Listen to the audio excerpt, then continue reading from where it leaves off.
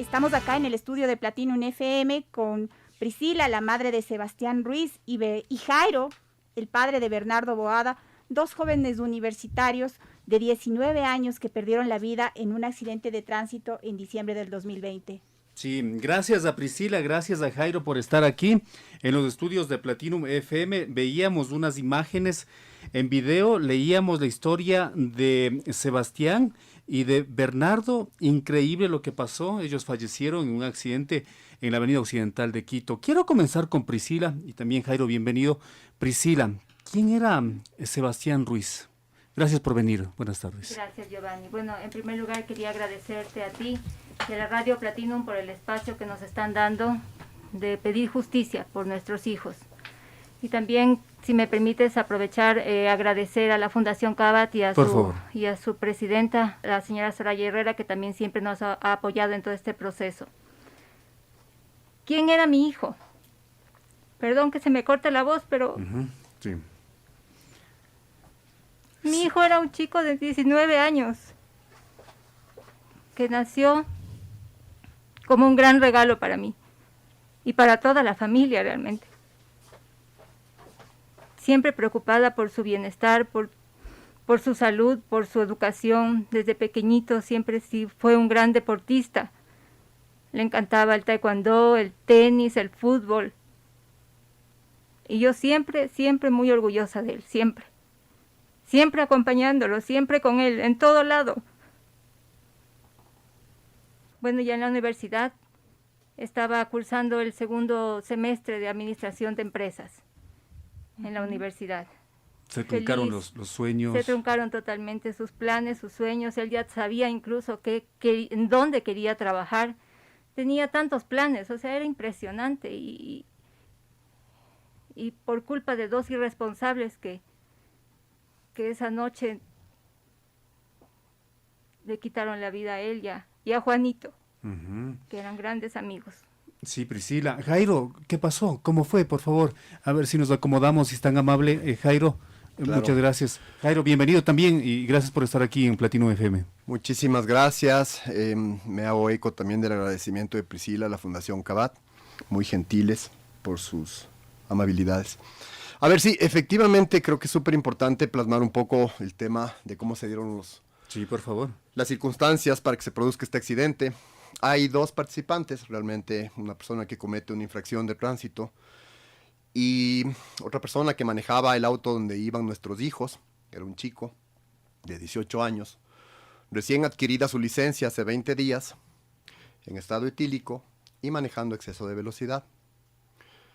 Efectivamente, nosotros estamos luchando porque la sociedad conozca no solamente estos hechos catastróficos que nos han enlutado, nos han partido el alma realmente, sino también las acciones posteriores de parte de los participantes del accidente, claro, y los gestores de este accidente. En este caso, una vez producido el accidente, las personas que iban a bordo, junto con Sebas y con Juan Bernardo, que desgraciadamente sufrieron las consecuencias de esto, el piloto y el copiloto, después del accidente, se dieron a la fuga, dejando a sus dos amigos, muerto mi hijo y moribundo Sebastián, abandonados y atrapados dentro del vehículo. Esto consta en el parte policial, no es que me lo estoy inventando yo. Las personas, los oficiales de policía que llegaron en primera instancia al accidente no encontraron a nadie. Nosotros como familias nunca hemos recibido ningún tipo de disculpa ni aclaración, mucho menos un pésame de parte de la familia, sobre todo de la persona que manejaba el vehículo, que es el principal responsable, porque finalmente, si tú sabes que estás tomado, sabes que estás tomando, y aún así manejas a exceso de velocidad, no solamente implica una irresponsabilidad brutal, y el hecho de darte a la fuga, que lamentablemente en nuestro país te libera, no es que supondría una culpabilidad, porque en otros países, si tú te das a la fuga, supone culpabilidad. Claro. Incluso no tienes ni siquiera el derecho a un juicio, vas preso de inmediato. Porque ¿por qué te diste a la fuga? Este tema realmente refleja muchas falencias, ¿ok? de orden legal, Sí. que deberían ser revisadas en la asamblea. Y yo no sé por qué los señores asambleístas no revisan este tipo de temas que imposibilita o limita a la fiscalía a hacer su trabajo, a hacer un trabajo eficiente. Jairo, el padre de Bernardo, y Priscila, la madre de Sebastián, le veo a Priscila y yo soy mamá también, y sí les pido a los amigos, amigas que nos escuchan, que se pongan en los zapatos, que se calcen los zapatos de estos dos padres que han perdido a sus dos hijos, jóvenes, con tantos sueños. Creo que también es importante tocar el tema de la cultura vial, ¿no? Lo que decía usted, Jairo, conducimos en estado de ebriedad como si nada. Nos lanzamos a las calles cuando tenemos 20 días manejando un auto y quizá necesitamos más práctica, porque a todos nos pasa que estamos camaroneando, ¿no es cierto? Pero ¿cómo les damos a nuestros hijos un auto y sabiendo que van a salir tarde? O sea, es un montón de responsabilidades. Y más allá del caso de ustedes, porque hay muchos quiteños, muchos ecuatorianos que vivimos lo mismo y vemos cómo nos lanzan el carro y todo eso. ¿Qué hacer para que esto impacte más allá, para que estas vidas de alguna forma marquen un cambio? ¿Qué ustedes aspiran? Hay unas maniobras increíbles, ¿no? En las vías. Efectivamente es así, yo estoy absolutamente de acuerdo contigo. El tema es que creo que ha habido un deterioro en cuanto a valores y principios en toda la sociedad. Nos hemos acostumbrado a eludir nuestras responsabilidades. Estamos fomentando la cobardía. Estamos educando mal a nuestros hijos y es nuestro deber como padres revisar cuando suceden este tipo de tragedias. Nos obliga a revisar, a reflexionar de cómo estamos educando, con qué ejemplo estamos educando a nuestros hijos.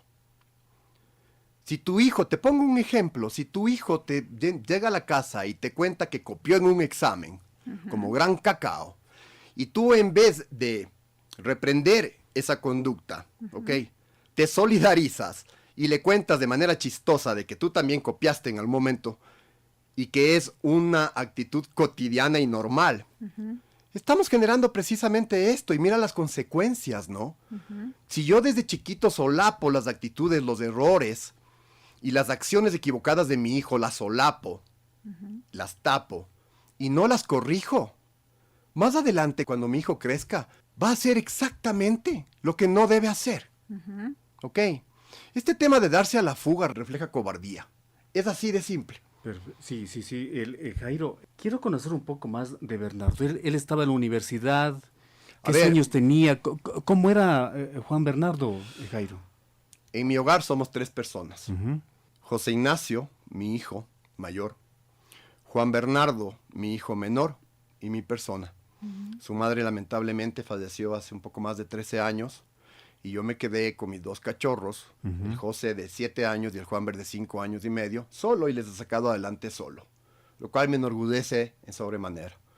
Y no es porque lo diga yo, sino que sus amigos podrán corroborar que mis hijos eran grandes personas y son grandes chicos. Y lo recordaremos con todo el amor y el respeto que ellos se merecen. El Juanber era toda la vida un chico, un estudiante brillante, por la situación que tuvo que vivir desde chiquito, por quedarse sin su mamá, y han generado mis hijos una dependencia emocional con mi hermana Constanza, que para el efecto ha sido su madre, realmente. Y me ha ayudado mucho desde la parte femenina a criarles a mis enanos. El tema es que el Juanber fue director del consejo estudiantil, fue abanderado por poco, él mismo gestionó su beca en Italia. No se llegó a ir a Italia por un tema coyuntural de la pandemia. Y en el tránsito de la pandemia generó su beca en México y estaba a 10 días de viajar a cursar sus estudios universitarios en la Universidad Anáhuac de Cancún. Se iba con 2 grandes amigos, muy queridos para nosotros, que efectivamente están allá. Y a 10 días de viajar, le ocurre esto a mí. A 10 días de viajar. A 10 días de viajar, mi Juanber, le ocurrió esto. Y lo ocurrió, es increíble cómo suceden las cosas. Juan Bernardo y Sebastián eran los mejores amigos. Fíjate qué tan buenos amigos eran que se fueron juntos. Esa noche que estaban juntos, estaban festejando que mi guagua se iba. Okay. Por el viaje, y casualmente se encuentran con este muchacho que manejaba el vehículo, porque no eran amigos frecuentes. Y esto es importante decirlo. Porque estas actitudes de la familia, de la persona que manejaba el vehículo donde fallecen nuestros hijos, estas actitudes no son normales, no son de gente decente.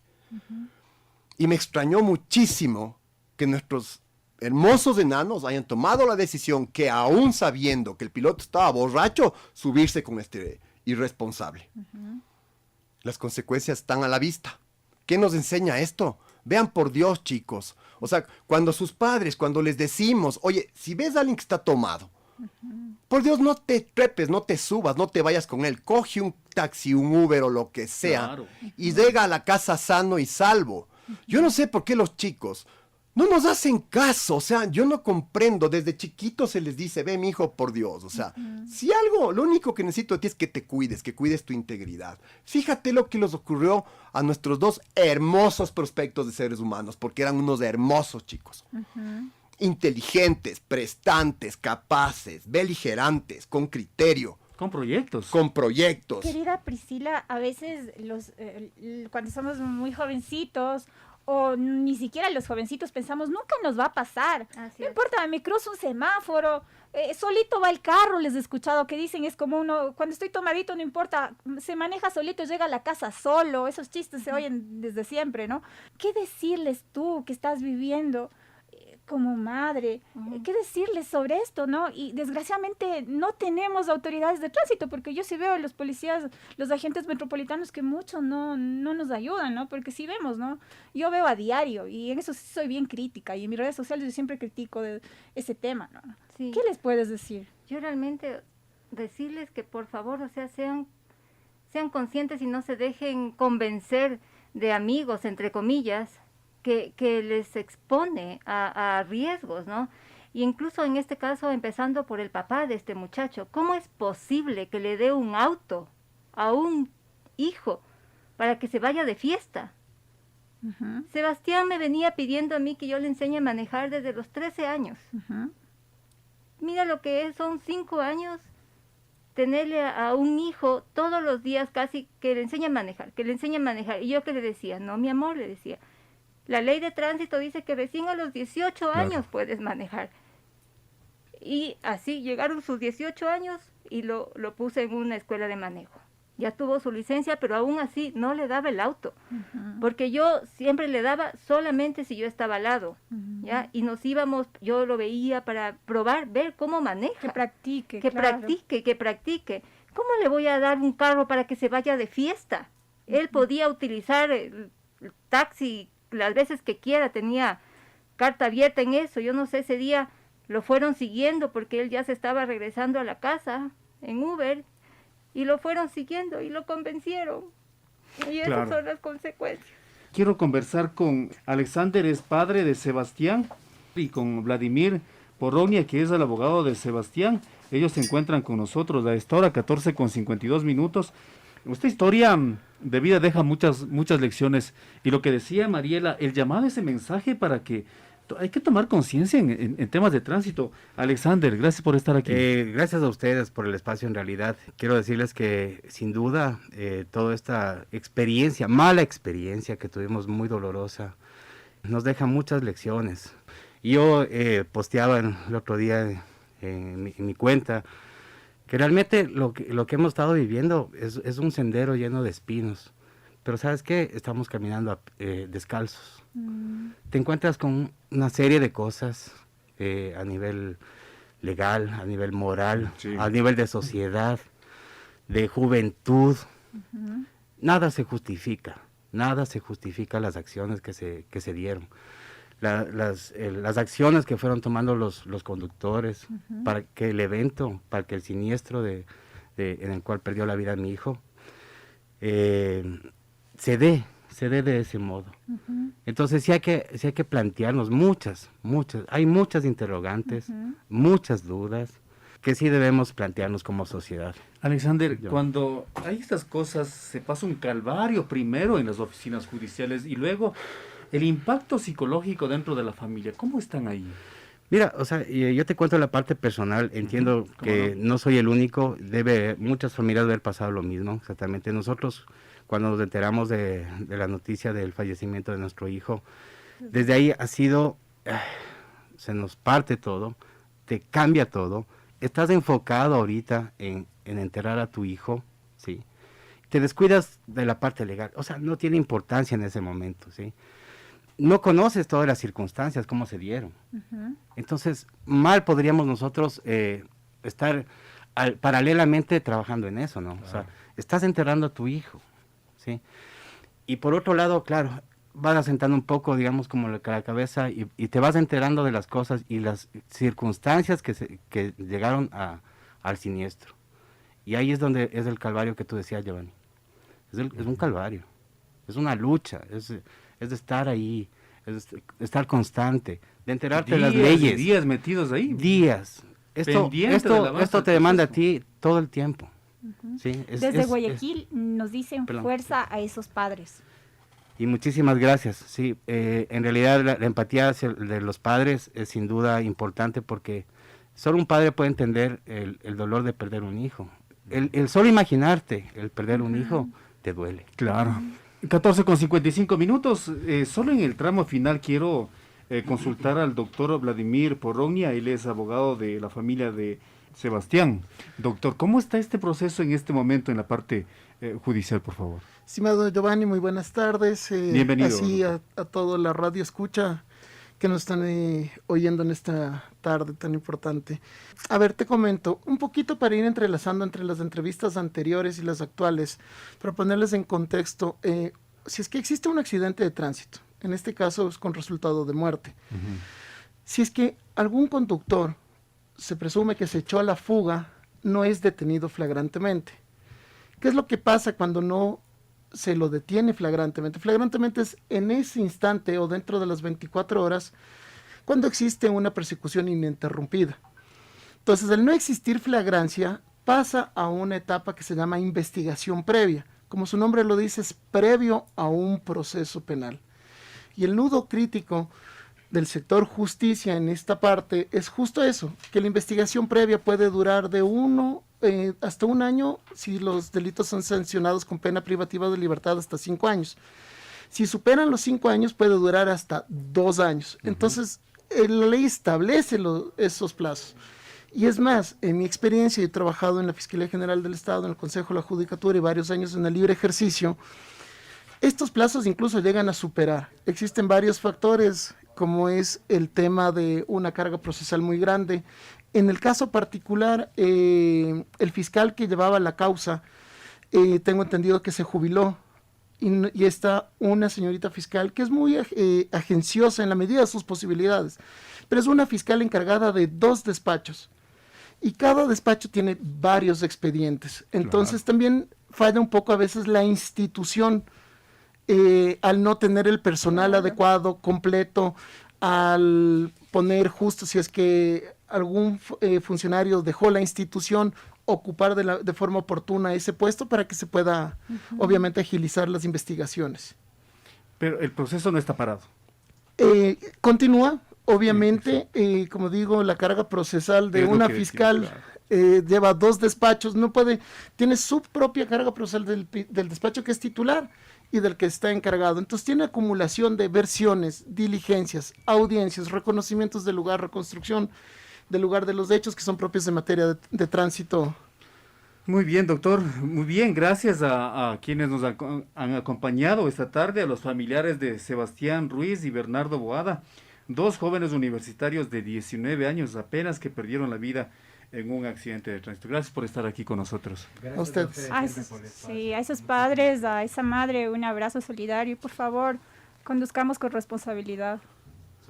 Muy bien, 14:58 minutos, 2 de la tarde con 58 minutos. Estamos en Platinum FM.